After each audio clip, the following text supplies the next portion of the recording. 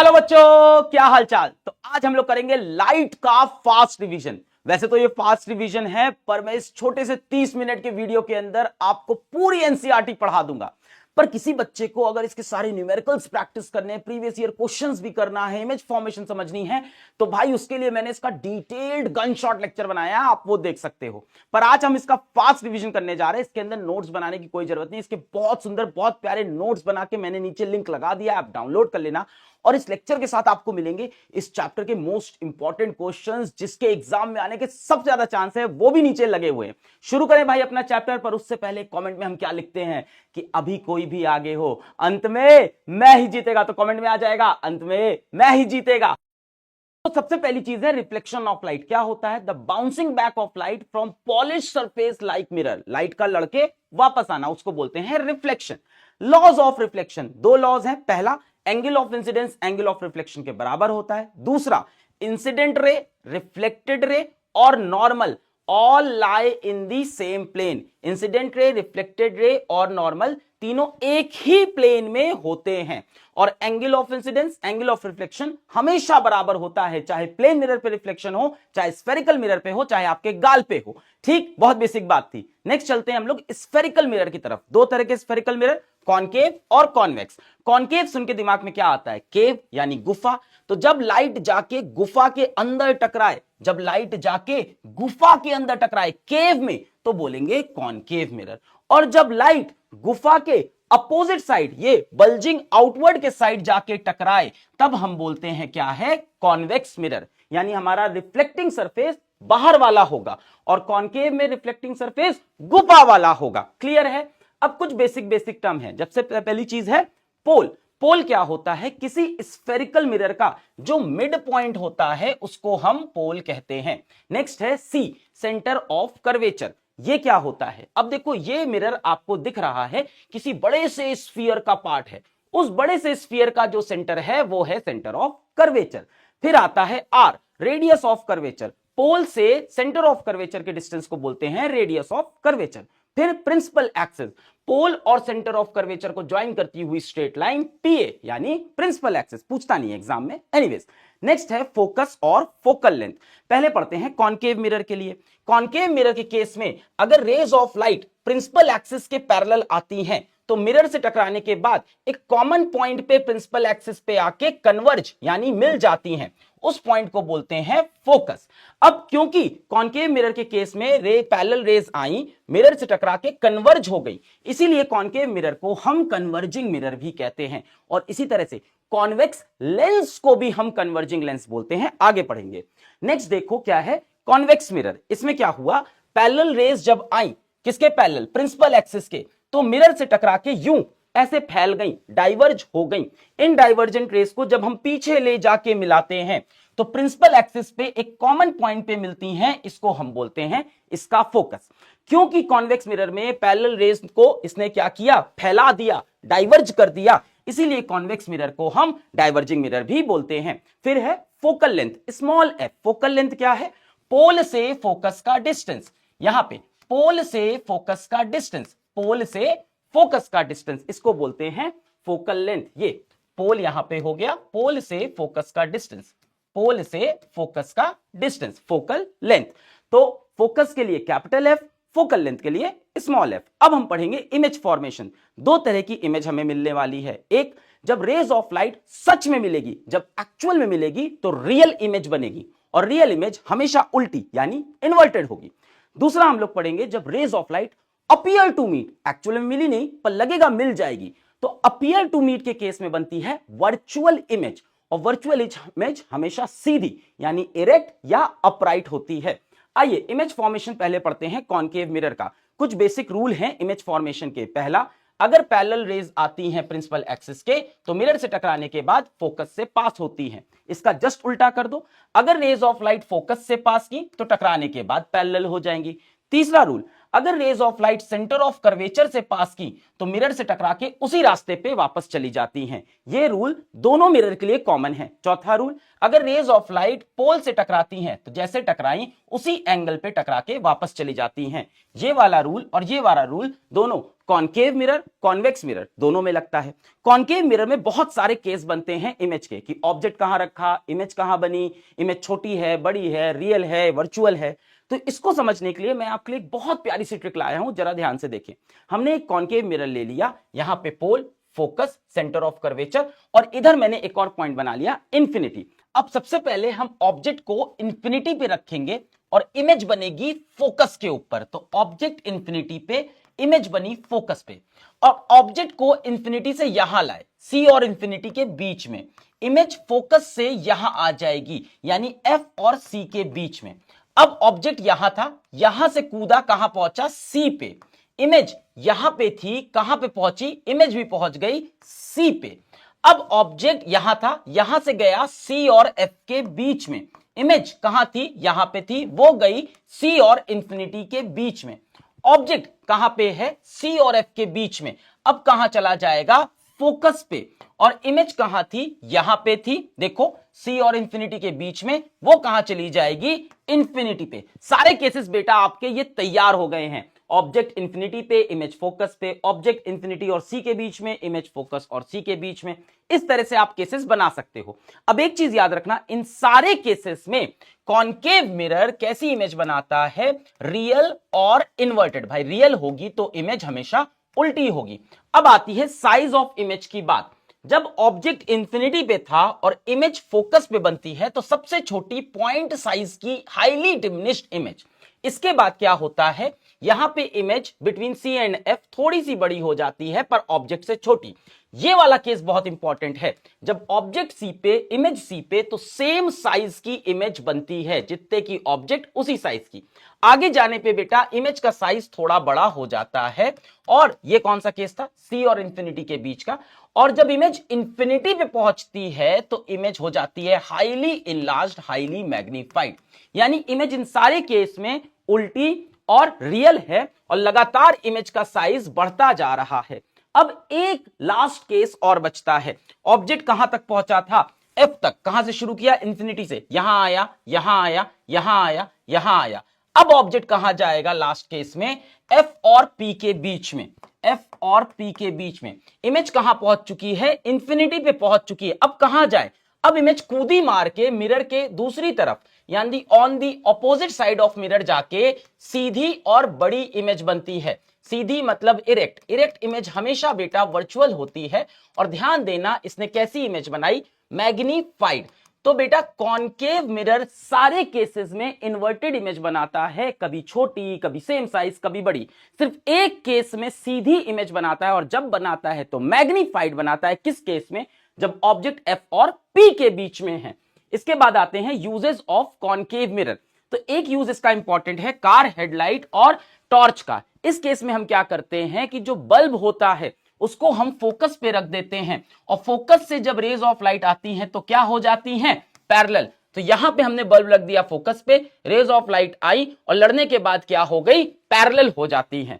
दूसरा केस है कागज को जलाने वाला। अगर हमें धूप से कागज जलाना है तो धूप यानी सन, सन बेटा कहां होता है, इंफिनिटी पे। इंफिनिटी से बेटा हमेशा पैरेलल रेज आती हैं, और पैरेलल रेज जब मिरर से टकराती हैं तो एक कॉमन पॉइंट पे मिलती हैं, फोकस पे। यानी सारी रेज कन्वर्ज हो गई फोकस पे। तो हम पेपर को फोकस पे रख देते हैं, यही सारी धूप आ जाती है और पेपर जल जाता है। यहां पे देखिए ये पॉइंट मैंने हाईलाइट किया है। एक ही केस में कॉनकेव मिरर सीधी इमेज बनाता है, और जब बनाता है बेटा तो कैसी बनाता है, इनलार्ज यानी मैग्नीफाइड बनाता है। नेक्स्ट आ गए कॉन्वेक्स मिरर के केसेस। इसमें भी नियम पढ़ लो। पहला नियम, अगर पैरेलल रेज आई तो मिरर से टकरा के ऐसे चली जाएंगी।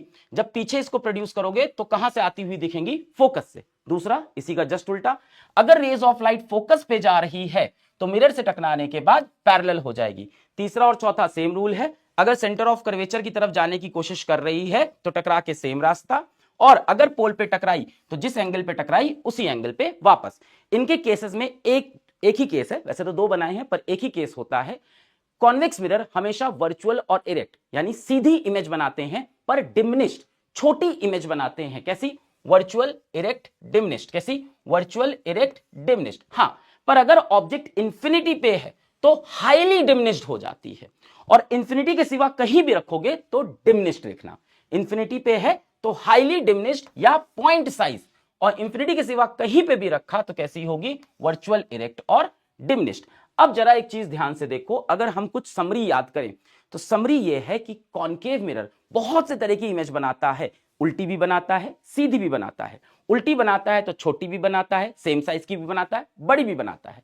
पर जब सीधी बनाता है तो सिर्फ बड़ी बनाता है। तो कॉन्केव मिरर इन्वर्टेड तो सारे तरह की बनाता है, उल्टे में छोटी, बड़ी, सेम साइज सब। पर जब सीधी बनाता है तो कैसी बनाता है? इनलार्ज्ड बनाता है। यही डिफरेंस है इसका और कॉन्वेक्स का। कॉन्वेक्स हमेशा, कॉन्वेक्स के लिए हमेशा याद रखना, always and only convex mirror, mirror बेटा लेंस नहीं, लेंस में सब उल्टा हो जाएगा। Convex mirror always erect, virtual and diminished, हमेशा सीधी और छोटी इमेज बनाता है। सीधी और छोटी इमेज कौन बनाता है? Convex mirror. इसके सिवा कोई भी तरह की इमेज हो कौन बनाएगा? कॉनकेव। अगर आपसे कोई बोले सीधी और छोटी, इरेक्ट और डिमिनिश्ड, तो कॉन्वेक्स। इसके सिवा कोई भी तरह की इमेज हो तो वो कॉनकेव बनाएगा। यूजेस हैं बेटा, किसका यूज है? कॉन्वेक्स मिरर का। कैसी इमेज बनाता है? सीधी और छोटी। तो कहां यूज होती है? कार के रियर व्यू मिरर में। उसमें हमें कैसी इमेज चाहिए होती है? सीधी चाहिए होती है, छोटी। साथ ही साथ ये एक चीज और देता है, वाइडर फील्ड ऑफ व्यू। इसका जो फील्ड ऑफ व्यू है वो प्लेन मिरर से बड़ा होता है, यानी ज्यादा एरिया को ये कवर कर सकता है। अच्छा, नेक्स्ट हम लोग आ जाते हैं साइन कन्वेंशन पे। एक चीज याद रखना कि सारे डिस्टेंस हम पोल से मेजर करते हैं। यहां से पोल से सारे डिस्टेंस मेजर होते हैं। सिंपल मैथ्स है। पोल से अगर पॉजिटिव साइड चलोगे तो डिस्टेंस पॉजिटिव होंगे, पोल से नेगेटिव साइड चलोगे तो डिस्टेंस नेगेटिव होंगे। एक चीज और, प्रिंसिपल एक्सिस के ऊपर जो भी चीज मेजर होगी, जनरली ऑब्जेक्ट की हाइट या इमेज की हाइट मेजर होती है। प्रिंसिपल एक्सिस के ऊपर जो भी हाइट होगी वो पॉजिटिव होगी, और नीचे जो भी हाइट होगी वो नेगेटिव होगी। फिर आता है हमारा mirror formula, 1/f is equals to 1/v plus 1/u। अगर एक बार इसको समझ लिया तो लेंस का भी फॉर्मूला तुरंत समझ में आएगा। लेंस के फॉर्मूले में बीच में माइनस आ जाता है, बस ये, सॉरी हाँ, लेंस के फॉर्मूले में बीच में माइनस आ जाता है, बाकी सब सेम रहता है। 1/f is equals to 1/v plus 1/u। v क्या है? यहां पे इमेज का डिस्टेंस। किससे? पोल से। All distance are measured from pole. u क्या है बेटा? ऑब्जेक्ट का डिस्टेंस। किससे? पोल से। सारे डिस्टेंस पोल से। तो ये ऑब्जेक्ट रखा है, u पोल से ऑब्जेक्ट का डिस्टेंस, v पोल से इमेज का डिस्टेंस, और f क्या होगी? Focal length. अब इसमें एक चीज अपने दिमाग में फिट कर लो, चाहे कॉन्वेक्स लेंस हो चाहे कॉन्वेक्स मिरर हो, अगर कॉन्वेक्स वर्ड लिखा है, चाहे मिरर हो चाहे लेंस हो, अगर कॉन्वेक्स लिखा है तो फोकल लेंथ बेटा पॉजिटिव होती है। और चाहे कोई भी लेंस हो चाहे कोई भी मिरर हो, यू ऑलवेज नेगेटिव होता है। यू ऑलवेज, चाहे concave mirror, convex lens, concave lens, कुछ भी हो, यू इज ऑलवेज नेगेटिव। और फोकल लेंथ कॉन्वेक्स की पॉजिटिव, कॉन्केव की नेगेटिव, चाहे लेंस हो चाहे मिरर। क्या बोला मैंने? यू इज ऑलवेज नेगेटिव पूरे चैप्टर में। फोकल लेंथ कॉन्वेक्स की पॉजिटिव, कॉन्केव की नेगेटिव पूरे चैप्टर में। अब इसमें जनरली क्या करता है? बता देता है ऑब्जेक्ट कहां रखा है, यू को हमेशा नेगेटिव रखना, फोकल लेंथ कॉन्वेक्स की हो तो पॉजिटिव ले लेना, कॉन्केव की हो तो नेगेटिव ले लेना। एग्जाम में सिर्फ हो सकता हो वैल्यू दे दे, तो खुद से दिमाग लगा के कॉन्वेक्स की पॉजिटिव, कॉन्केव की नेगेटिव, फिर वी निकालने की बात होगी। अच्छा, नेक्स्ट चीज क्या है? मैग्निफिकेशन। ये बताता है इमेज ऑब्जेक्ट से कितनी बड़ी या छोटी बनी। Magnification is height of image upon height of object, height of image upon height of object. दूसरा formula m is minus v/u। जब आप लेंस पे जाओगे तो यहां से माइनस हट जाएगा और यही माइनस उठ के यहां चला आता है। लेंस के फॉर्मूले में ये हो जाता है v/u और यही माइनस यहां चला आता है 1/v माइनस 1/u। तो आप मिरर का फॉर्मूला याद कर लो कि 1/f is equals to 1/v plus 1/u, magnification is minus v/u, और लेंस के केस में जाके इसको उल्टा कर देना। अब यहां से देखो क्या हम लिख सकते हैं, height of image is m times of height of object. Height of image is m times of height of object, यानी हाइट ऑफ इमेज ऑब्जेक्ट की कितने गुना है ये मैग्निफिकेशन बताता है। फॉर एग्जाम्पल मैग्निफिकेशन -2 किस मिरर का हो सकता है? मैग्निफिकेशन -2 का मतलब क्या है? Height of image is equals to, क्या लिखेंगे? Height of image magnification -2 -2 times of height of object. यानी हाइट ऑफ इमेज पहली बात तो नेगेटिव है, नेगेटिव मतलब उल्टा बना है, उल्टा मतलब इन्वर्टेड बना है, उल्टा मतलब इन्वर्टेड। बेटा इन्वर्टेड कौन बना सकता है? कॉन्वेक्स मिरर एक ही तरह की इमेज बनाता है, सीधी और छोटी, सीधी और छोटी। तो उल्टी इमेज कौन बना सकता है? Concave mirror. तो ये डेफिनेटली कॉनकेव मिरर है। For example magnification plus half, magnification plus half यानी height of image is plus half of height of object. लिख सकते हैं height of image is magnification times of height of object. तो height of image is plus half of height of object. Plus का मतलब image कैसी बनी है? सीधी, erect. और हाफ का मतलब जो इमेज है वो ऑब्जेक्ट से छोटी हो गई, सीधी और छोटी। कौन है भाई? Convex mirror. क्लियर है? अगला केस देखो, मैग्निफिकेशन कैसा है? नेगेटिव। नेगेटिव का मतलब इन्वर्टेड। इन्वर्टेड इमेज कौन बनाएगा? कॉन्वेक्स मिरर हमेशा सीधी और छोटी। तो उल्टी इमेज कौन बनाता है? Concave mirror. तो ये क्या हो गया? Concave mirror. ऐसे आप टाइप ऑफ मिरर पहचान सकते हो और मैग्निफिकेशन की कहानी भी समझ सकते हो। आगे बढ़ते हैं बेटा, नेक्स्ट आ गया लेंसेज। लेंसेज की कहानी में मिरर का जस्ट उल्टा करना है और थोड़ी चीजें समझनी है। दो तरह के लेंसेज हमारे पास हैं, कॉन्वेक्स लेंस और कॉनकेव लेंस। कॉन्वेक्स लेंस बीच में मोटे होते हैं, कॉनकेव लेंस साइड में मोटे होते हैं। लेंसेज में एक बड़ा इंपॉर्टेंट पॉइंट आता है which is O, optical centre. ये ऐसा पॉइंट है जहां से रे ऑफ लाइट सीधी सीधी चली जाती है बिना किसी डेविएशन के। और किसी भी पॉइंट पे डालोगे रे तो रे बेंड हो जाती है, और किसी भी पॉइंट पे रे डालोगे तो रे बेंड होगी, पर यहां से बिल्कुल सीधी ऐसे खचक मार के निकल जाती है। अब आ जाते हैं इसके फोकस और फोकल लेंथ पे। कॉन्वेक्स के केस में फोकस क्या है कि अगर पैरेलल रेज आ रही हैं तो लेंस से टकराने के बाद अंदर जाएंगी और कन्वर्ज हो जाएंगी। इसको हम लोग बोलते हैं कॉन्वेक्स लेंस का फोकस। क्योंकि कॉन्वेक्स लेंस रेज को कन्वर्ज एक पॉइंट पे मिला रहा है तो इसका नाम converging lens. Concave mirror converging, convex lens converging.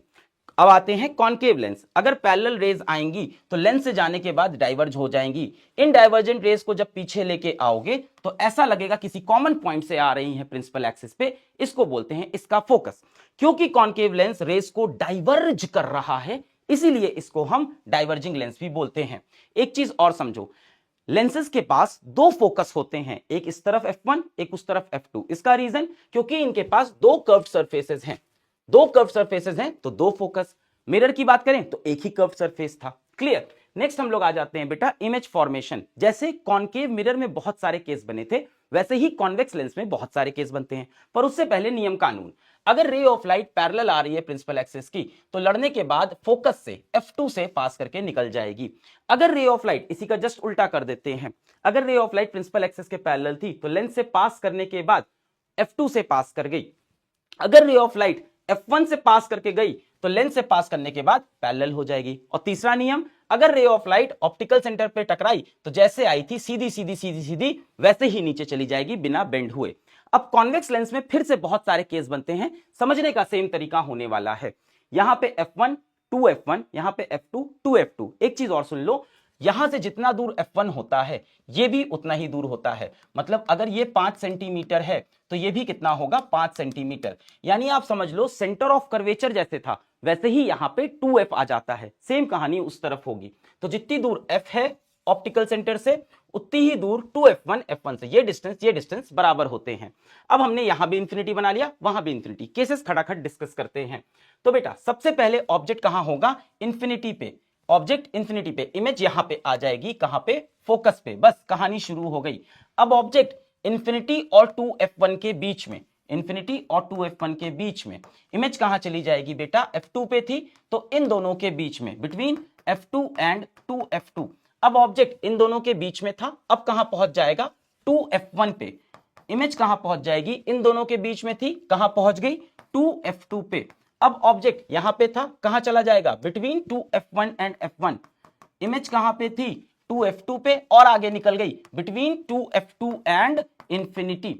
Object कहां पे था? Between 2f1 and f1। अब कहां पहुंचेगा? f1 पे। इमेज कहां पे थी? इन दोनों के बीच में, अब कहां पहुंच जाएगी? इंफिनिटी पे। केस खत्म, कहानी खत्म। Object infinity, image focus. Object between infinity and 2f1, image between f2 and 2f2। इस तरह से सारी कहानी खत्म। अब एक चीज समझो कि कॉन्वेक्स लेंस भी इन सारे केसेस में कैसी इमेज बनाता है? रियल और इन्वर्टेड। एक केस इसका अलग होगा वो बता दूंगा। इन सारे केसेस में क्या बनाता है, रियल और इन्वर्टेड। स्टार्ट करते हैं। सबसे पहले ऑब्जेक्ट इंफिनिटी पे था, इमेज कहां बनी, फोकस पे। तो फोकस पे पॉइंट साइज की छोटी सी इमेज बनती है। नेक्स्ट केस में f2 और 2f2 के बीच में तो इमेज थोड़ी सी बड़ी हो जाती है, पर ऑब्जेक्ट से अभी भी छोटी है। जब ऑब्जेक्ट 2f1 पे रखोगे, इमेज 2f2 पे बनती है, तब सेम साइज की इमेज होती है, सेम साइज, जैसे C का केस था। फिर कहां गई इमेज, 2f2 और इंफिनिटी के बीच पे बड़ी हो जाएगी। फिर इमेज कहां गई, इंफिनिटी पे बहुत बड़ी हो जाएगी, हाईली इनलार्ज, हाईली मैग्नीफाइड। देखो इसमें भी यही वाला केस बना। तो इमेज सबसे पहले फोकस, फिर इनके बीच में छोटी है, फिर C पे या 2f2 पे आके बराबर, फिर उसके बाद बड़ी, फिर बहुत बड़ी। इन पांचों केस में कॉन्वेक्स लेंस ने कैसी इमेज बनाई, रियल और इन्वर्टेड, जैसे कॉन्केव मिरर बनाता था। इसका भी एक स्पेशल केस है। अभी ऑब्जेक्ट कहां तक पहुंचा है, F1 तक पहुंचा है। इसके बाद कहां चला जाएगा, बिटवीन F1 एंड O। जैसे ही F1 और O के बीच में जाएगा, इमेज वहां से कूदी मार के इस तरफ आ जाएगी, जैसे कॉन्केव मिरर में हुआ था। गई गई गई गई गई, अब कूदी मार के इस तरफ आ जाती है, और कैसी बन जाती है, कैसी बन जाती है, कूदी मार के इधर आई, कैसी बन जाती है, वर्चुअल। और वर्चुअल इमेज कैसी होगी, इरेक्ट एंड याद रखना मैग्नीफाइड, बड़ी इमेज बनती है। ये सारे केसेस हो गए आपके किसके, कॉन्वेक्स लेंस के। एक बार बेटा इन केसेस को यहां से जरूर से रीड कर लीजिएगा, बनाने का मैंने तरीका आपको समझा दिया। अच्छा, नेक्स्ट आ गया हमारे पास कॉन्केव लेंस। कॉन्केव लेंस के लिए भाई कहानी क्या है, रूल क्या है, अगर रे ऑफ लाइट पैरेलल आई तो डाइवर्ज कर जाएगी, पीछे ऐसा लगेगा फोकस से आ रही। दूसरा रूल, ऑप्टिकल सेंटर पे मारोगे तो जैसे जा रही थी वैसे ही चली जाएगी। कॉन्केव कॉन्केव लेंस बेटा एक ही तरह की इमेज बनाते हैं, जैसे कॉन्वेक्स मिरर बना रहे थे, एक ही तरह की, वर्चुअल, इरेक्ट, डिमिनिश्ड। कैसी इमेज बनाते हैं, virtual, erect, diminished, virtual, erect, diminished. पर अगर ऑब्जेक्ट इंफिनिटी पे रख दोगे तो इमेज हो जाएगी हाईली डिमिनिश्ड या पॉइंट साइज। इंफिनिटी पे रखा, पैरेलल रेज आई, डाइवर्ज हुई, पीछे कहां से आती हुई दिख रही, फोकस पे, तो फोकस पे मिल गई, यानी पॉइंट साइज। तो इंफिनिटी के केस में point size, otherwise virtual, erect, diminished. Infinity छोड़ के कहीं भी रख दो ऑब्जेक्ट, इंफिनिटी छोड़ के कहीं भी रख दो, वर्चुअल, इरेक्ट, डिमिनिश्ड बनाएंगी। एक बार बेटा इसको समराइज करते हैं, समरी ऑफ लेंस। अगर हम बात करें इसमें वो वाला लेंस कौन है जो सारी तरह की इमेज बनाता है, कॉन्वेक्स लेंस। इन्वर्टेड भी बनाएगा, जब उल्टी बनाएगा तो कैसी बनाएगा, point size, diminished, point size, diminished, same size या मैग्नीफाइड, सब बनाएगा। यानी अगर हम बात करें कॉन्वेक्स लेंस की, तो इन्वर्टेड के केस में तो सब तरह की इमेज बनाता है, पर जब सीधी इमेज बनाता है तो मैग्नीफाइड बनाता है, जैसे कि कॉन्केव मिरर था। कॉन्केव मिरर के केसेस कॉपी हो रहे हैं कॉन्वेक्स लेंस में। अगर मैं बात करूं कॉन्केव लेंस की, तो always virtual, erect and diminished, यानी सीधी और छोटी, सीधी और छोटी। कौन कौन, कॉन्वेक्स, कौन sorry, concave lens and convex mirror, सीधी और छोटी। अच्छा, अब आ जाते हैं, एक और टॉपिक है हमारे पास, पावर ऑफ लेंस। तो पावर ऑफ लेंस क्या बोलता है कि पावर ऑफ लेंस होती है P इज इक्वल्स टू, अच्छा यहां पे ये छूट गया, हाँ। अब आ जाते हैं हम लोग लेंस फॉर्मूला पे। तो जैसा कि मैंने आपको बताया था कि लेंस के फॉर्मूले में बीच में माइनस आ जाता है, 1/f is equals to 1/v minus 1/u। एक चेंज है कि यहां पे VUF किससे मेजर होते हैं, पोल तो है नहीं यहां। यहां क्या होता है बेटा, लेंस के पास ऑप्टिकल सेंटर। तो याद रखना, all distance are measured from optical centre, rest all rules are same. 1/f is 1/v minus 1/u। Magnification is height of image upon height of object, और यहां मैग्निफिकेशन में v/u आता है। वहां कहां पे निगेटिव था, मिरर में, यहां पे वो निगेटिव उड़ के यहां चला गया और ये पॉजिटिव हो गया। u यहां पे भी निगेटिव है, फोकल लेंथ कॉन्वेक्स की यहां पे भी पॉजिटिव है, u negative, focal length convex की पॉजिटिव होती है। सेम कहानी है सारी, magnification, height of image upon height of object. Next बेटा आगे बढ़ते हैं, पावर ऑफ लेंस। लेंस की पावर क्या होती है, 1 अपॉन फोकल लेंथ।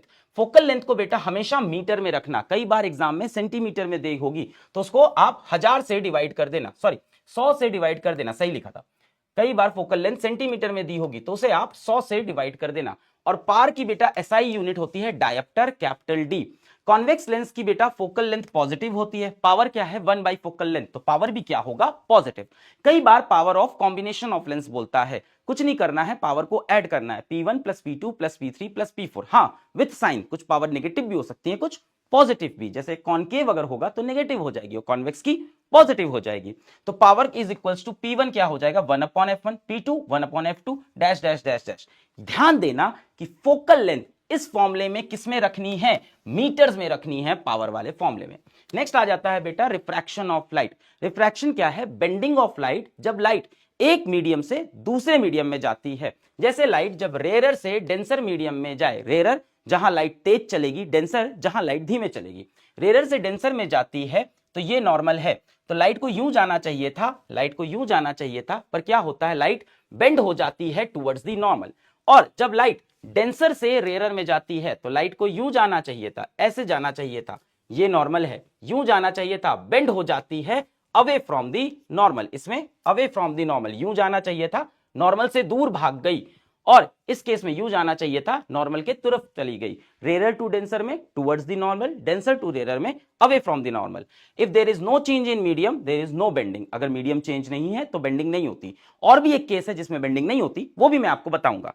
नेक्स्ट चीज है बेटा रिफ्रैक्टिव इंडेक्स। रिफ्रैक्टिव इंडेक्स हमें यह बताता है कोई मीडियम कितना डेंस है, measure of how dense a medium is. Formula क्या है, मान लो एक मीडियम 1 है, एक मीडियम 2 है, स्पीड ऑफ लाइट पहले मीडियम में v1 है, दूसरे में v2 है, तो रिफ्रैक्टिव इंडेक्स लिखा जाता है refractive index of second medium with respect to first is equals to refractive index of second medium upon refractive index of first, और स्पीड ऑफ लाइट का उल्टा उल्टा कर दो, v1 अपॉन v2। ये तरीका होता है। Refractive index of 2 with respect to 1, refractive index of 2 with respect to 1 is equals to n2 upon n1 is equals to v1 upon v2, यानी स्पीड ऑफ लाइट में जस्ट उल्टा कर दो। मैं आपसे सिंपल बोलता हूं, फिर से देखो, refractive index of glass with respect to water is equals to refractive index of glass upon refractive index of water is equals to speed में उल्टा, speed of light in water upon speed of light in glass. इस तरह से आप लिख सकते हो। Next आ जाता है एब्सोल्यूट रिफ्रैक्टिव इंडेक्स। किसी भी मीडियम का रिफ्रैक्टिव इंडेक्स जब आप एयर से कंपेयर करते हो तो उसको एब्सोल्यूट रिफ्रैक्टिव इंडेक्स कहते हैं। When first medium is air and second medium is any medium, when किसी भी चीज का रिफ्रैक्टिव इंडेक्स एयर के कंपैरिजन में निकालो, जैसे refractive index of water with respect to air, तो refractive index of water with respect to air is equals to refractive index of water upon refractive index of air, और speed of light में just उल्टा कर दिया, speed of light in air upon speed of light in water. अब ध्यान से सुनो, air का रिफ्रैक्टिव इंडेक्स 1 माना जाता है, नियरली 1 होता है, तो हमने लिखा एयर का रिफ्रैक्टिव इंडेक्स 1, यहां पे 1 रख देंगे। और speed of light in air क्या होती है, c होती है, तो speed of light in air या वैक्यूम c, तो यहां पे c रख दिया। देखो यहां पे 1 और यहां पे c, तो क्या हो जाएगा, रिफ्रैक्टिव इंडेक्स ऑफ वाटर ये 1 हो गया is equal to c upon VW। तो किसी भी मीडियम का एब्सोल्यूट रिफ्रैक्टिव इंडेक्स, जैसे मान लो बोलूं मैं रिफ्रैक्टिव इंडेक्स ऑफ x, तो क्या हो जाएगा c upon speed of light in x। Simple formula है, c upon speed of light in x। यहां से ये भी दिख रहा है कि refractive index speed of light के इनवर्सली प्रोपोर्शनल है, यानी जो मीडियम ज्यादा डेंस होगा उसका रिफ्रैक्टिव इंडेक्स उतना ज्यादा होगा और उसमें स्पीड ऑफ लाइट उतनी कम होगी। भाई जो ज्यादा डेंस होगा उसमें लाइट धीमे चलेगी। यहां एक क्वेश्चन है, रिफ्रैक्टिव इंडेक्स ग्लास का 1.5 है और वाटर का 1.33 है, कौन ज्यादा डेंस है? जिसका रिफ्रैक्टिव इंडेक्स ज्यादा है वो ज्यादा डेंस, यानी ये ज्यादा डेंस। किसमें लाइट तेज चलेगी या किसमें light, in which light travels faster. बेटा जो ज्यादा डेंस होगा उसमें लाइट धीमे चलेगी, इसमें धीमे यानी वाटर के अंदर फास्टर चलेगी। इसके बाद बेटा refraction through a glass slab. इसमें आप एक चीज याद रखना कि लाइट आई, एयर से ग्लास में गई तो बेंड हुई टुवर्ड्स द नॉर्मल, यहां लड़ी, अब ग्लास से एयर में जाएगी, बेंड हुई अवे फ्रॉम द नॉर्मल। इसमें बेटा जो ये इंसिडेंट एंगल होता है और ये जो इमर्जेंट एंगल होता है ये दोनों बराबर होते हैं। ये जो रे आई इसको बोलते हैं इंसिडेंट रे, ये होती है रिफ्रैक्टेड रे, और जो बाहर निकली उसको बोलते हैं इमर्जेंट रे। अब ये होता है एंगल ऑफ इंसिडेंस, ये होता है एंगल ऑफ इमर्जेंस। ये दोनों एंगल क्या होते हैं, बराबर होते हैं।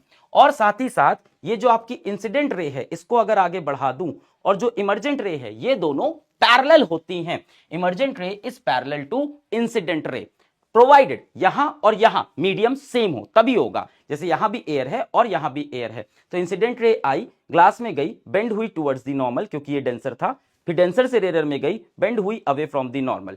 ठीक है, तो ये रे आगे बढ़ा दो और ये जो इमर्जेंट रे ये parallel, angle of incidence angle of emergence बराबर होता है।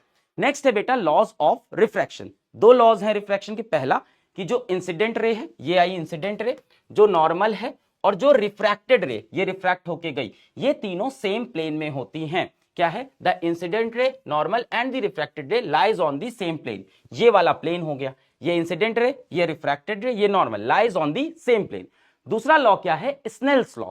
दूसरा लॉ क्या है, स्नेल्स लॉ। ये क्या कहता है कि the sine of angle of incidence to the sine of angle of refraction is constant for a given pair of media, है ना। इसका मतलब क्या है, मान लो ये मीडिया कांस्टेंट है, मीडिया मतलब ये मीडियम कांस्टेंट है, मैं मान लो आई को चेंज कर दूं, मैं आई को चेंज कर दूं, मैं एंगल ऑफ इंसिडेंस बढ़ा दूं, ऐसे मार दूं, एंगल ऑफ इंसिडेंस बढ़ जाएगा, तो बेटा आर भी चेंज हो जाएगा।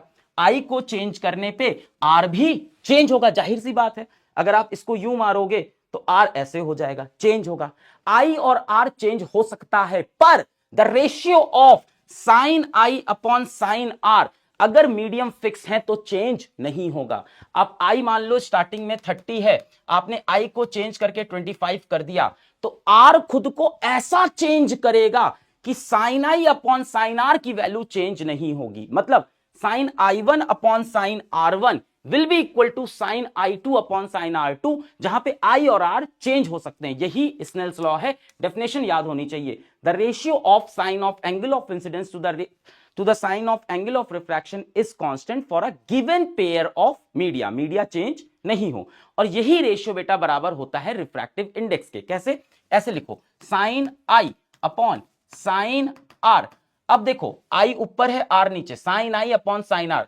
अब रिफ्रैक्टिव इंडेक्स में उल्टा कर दो, पहले साइन आई लिखा है तो क्या लिख दो n2 और नीचे लिख दो n1 अपोजिट। साइन आई के अपोजिट ये था तो ये ऊपर आ गया, साइन आर के अपोजिट ये था तो ये आ गया। n2 अपॉन n1 क्या होता है, refractive index of second with respect to first. इसीलिए बेटा ये कांस्टेंट रहता है क्योंकि रिफ्रैक्टिव इंडेक्स फिक्स्ड होगी जब मीडियम फिक्स्ड हो। इसके बाद बेटा आ जाता है केस ऑफ नो बेंडिंग। अगर लाइट रे इस तरह से नॉर्मल इंसिडेंट है, यानी एंगल ऑफ इंसिडेंस आपका अगर जीरो है, क्यों जीरो है, यही इंसिडेंट रे है, क्यों जीरो है, क्योंकि यही आपकी इंसिडेंट रे है और यही आपकी नॉर्मल है, तो एंगल ऑफ इंसिडेंस अगर जीरो है तो एंगल ऑफ रिफ्रैक्शन भी जीरो होगा। ये केस कर्व सरफेस में पूछा जाता है। ध्यान से देखो, ये रे ऑफ लाइट यूं आई, ये रे ऑफ लाइट यूं आई और यहां पे बिना किसी रिफ्रैक्शन के ग्लास के अंदर घुस गई। ऐसा क्यों हुआ बेटा, जब स्फेरिकल सरफेस आप बनाते हो, जब आप स्फेरिकल सरफेस बनाते हो, ये मैंने बनाया, अगर मैं आपसे इस पॉइंट पे कहूं कि नॉर्मल बनाओ, क्या बनाओ, नॉर्मल बनाओ, तो बेटा नॉर्मल क्या होता है, सेंटर से पास कर जाता है। मतलब रेडियस को ही नॉर्मल बोलते हैं, जो रेडियस होता है यही नॉर्मल होता है। यानी ये लाइन क्या हो गई, नॉर्मल हो गई। अगर लाइट रे, ये लाइन क्या हो गई, नॉर्मल, ये लाइन नॉर्मल होती है। स्फेरिकल सरफेस बनाओगे तो यहां पे जो नॉर्मल होगा वो सेंटर से जरूर पास करेगा। यानी अगर यही इंसिडेंट रे है, ऐसे ही मारोगे तो एंगल ऑफ इंसिडेंस जीरो, तो बिना किसी रिफ्रैक्शन के सीधे सीधे निकल गई, एंगल ऑफ रिफ्रैक्शन भी जीरो। दूसरा बेटा केस हो सकता है जब मीडियम चेंज ना हो तो भी बेंडिंग नहीं होगी। यहां पे टॉपिक होता है समाप्त। पढ़ाई करते रहें, ऑल द वेरी बेस्ट।